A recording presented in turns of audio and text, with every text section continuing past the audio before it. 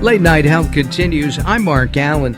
We have a very interesting guest next, John Poothullil.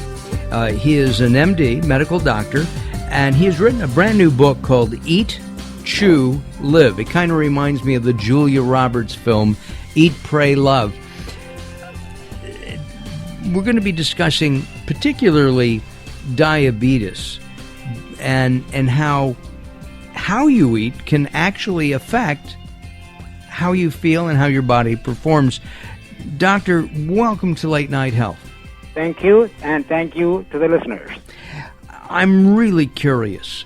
Does it really matter how many times I chew?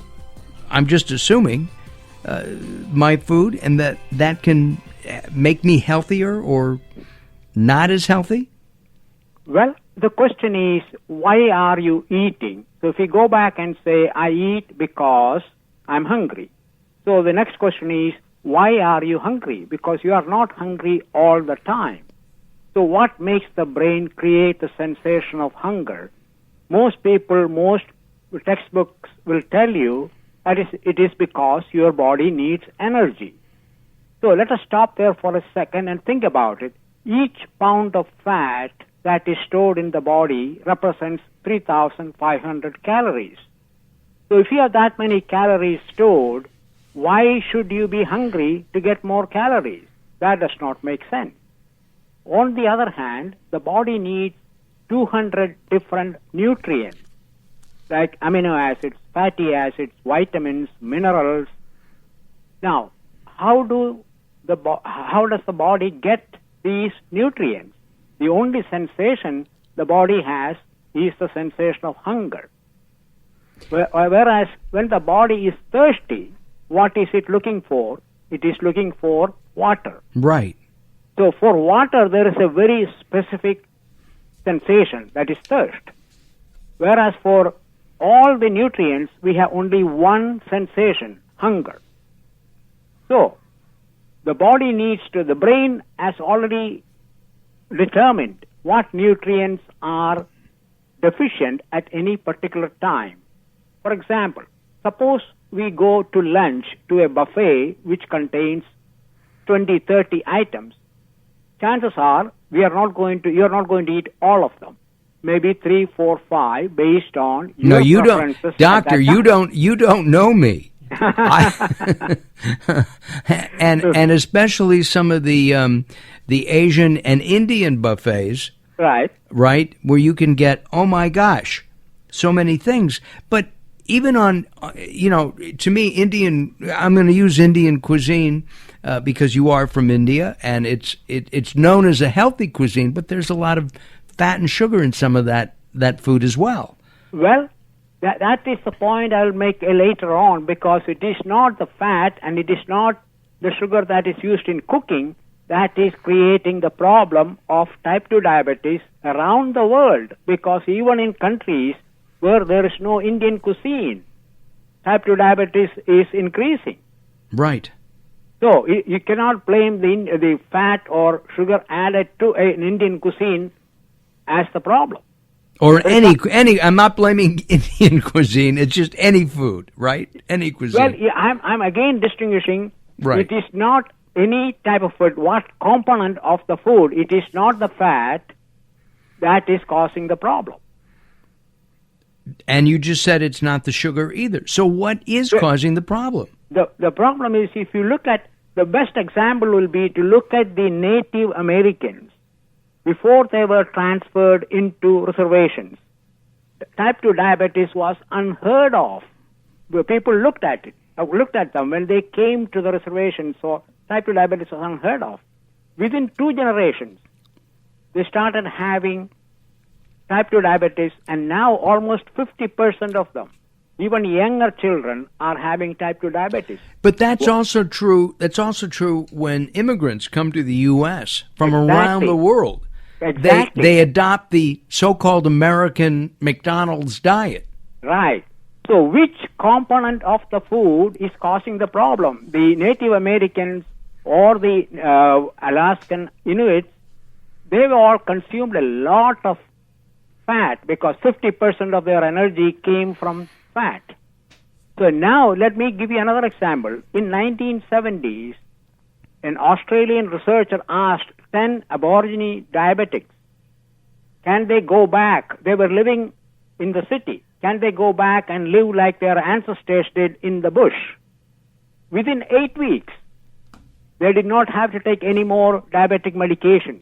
Their blood sugar came normal. How? What is the difference? The difference is, in the wild, there are no cultivated grains or grain flour products to eat.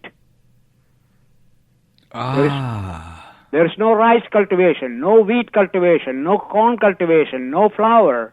And that is where the diabetic epidemic is coming from all over the world. Right now there's a big emphasis on gluten-free. Whether it is gluten-free, whether it is whole wheat, whole grain, multigrain, makes no difference. They are all refined in the intestine to glucose. That glucose is absorbed after a meal. Right. And only the liver can store only 120 grams. The rest will be converted into long-term storage, which is fat. So the fat created in the body, in the liver, from the excess glucose that are absorbed, that is what is causing the diabetic epidemic. As we age, we tend to put fat and store fat on our stomachs, which is really bad. It is not any worse than anywhere else in the body. Well, in my case, it's where everybody sees it. Right. But that is the tip off, that the stomach will start storing, because just like what happened when you were a toddler, the energy that was not used because you were consuming so much, you are continuing the eating pattern of the first year of life during the second year, but the body cannot use them. It stores as a potbelly. But unlike children who can use it when they get taller, what we do is grow broader, not taller. So it keeps on accumulating, and when that happens, our muscles can use fatty acids for energy, and it leaves glucose that it should have used in the blood, and your blood sugar goes up. This is the connection between weight gain and type 2 diabetes. Our guest is the author of Eat, Chew, Live. His name is Dr. John Poothullil, and we're talking to him now from Portland, Oregon, and he has revolutionary ideas to prevent and even reverse diabetes. Can it be reversed? Yes, absolutely. Now, some of the experts now will say 60% of the type 2 diabetes can be reversed or prevented by lifestyle changes. What I am suggesting is 100% can be prevented as soon as you diagnose it. If you make the changes, you can reverse it. The experts will say all you have to do is time your insulin injection, if you are on insulin, to keep the blood sugar down. The synchronization of insulin with absorbed glucose, that is what is critical. What I would like to ask the experts is, where does that sugar go? If you take an insulin injection, yes, blood sugar goes down. Where does it go? Can you tell me, Mr. Alyn? I do not know. My it does stomach. Not get out of your body. It goes to my stomach. It turns to fat. It is turned the liver. The insulin liver cells are one of the most sensitive organs to insulin. The liver will convert that excess glucose in the presence of insulin to fat, and that is stored. And what happens if there is no storage area? That fat stays in the bloodstream and gets stuck to the blood vessels. Next thing you know, you have a heart attack, and you know a prominent Supreme Court judge. What happened to him? Absolutely. Yes. Doctor, I'm curious about something. As you know, if I'm terribly overweight and I don't eat, of course I feel that. I feel hunger. I can get shaky. It can be dangerous if you're severely obese. But will the body use that fat for energy, or does it ignore that? Well, the body can use only so much energy, so much fuel to produce energy. As we get older, it takes more time to do the same job. What took 20 minutes now takes 40 minutes. And we lose muscle mass quarter to half a pound a year as we get older. So, muscles are the biggest users of energy or glucose or metabolism. And muscles are like a hybrid car. It can use either glucose or fatty acid for energy, just like a hybrid car can use electricity or gasoline. Well, you should see a picture of Dr. Poothullil, because he's obviously works out and does exercising because he is well-toned. And we'll talk about exercise some more when we come back in just a couple of moments. The author of Eat, Chew, Live is our guest, and we'll be talking with him some more in just a couple of moments. I invite you to join us at latenighthealth.com, latenighthealth.com. Actually, we'll have a picture of Dr. John on our website. We'll have a picture of the book, and there'll be a link to his website as well. Coming up in about, 10 or 12 minutes, Dr. Greg Saleo will be joining us as we talk about when's a good time to use natural health care versus allopathic or traditional health care. That's coming up. All right, join us at latenighthealth.com. Dr. John and I come back in just a few moments as Late Night Health continues.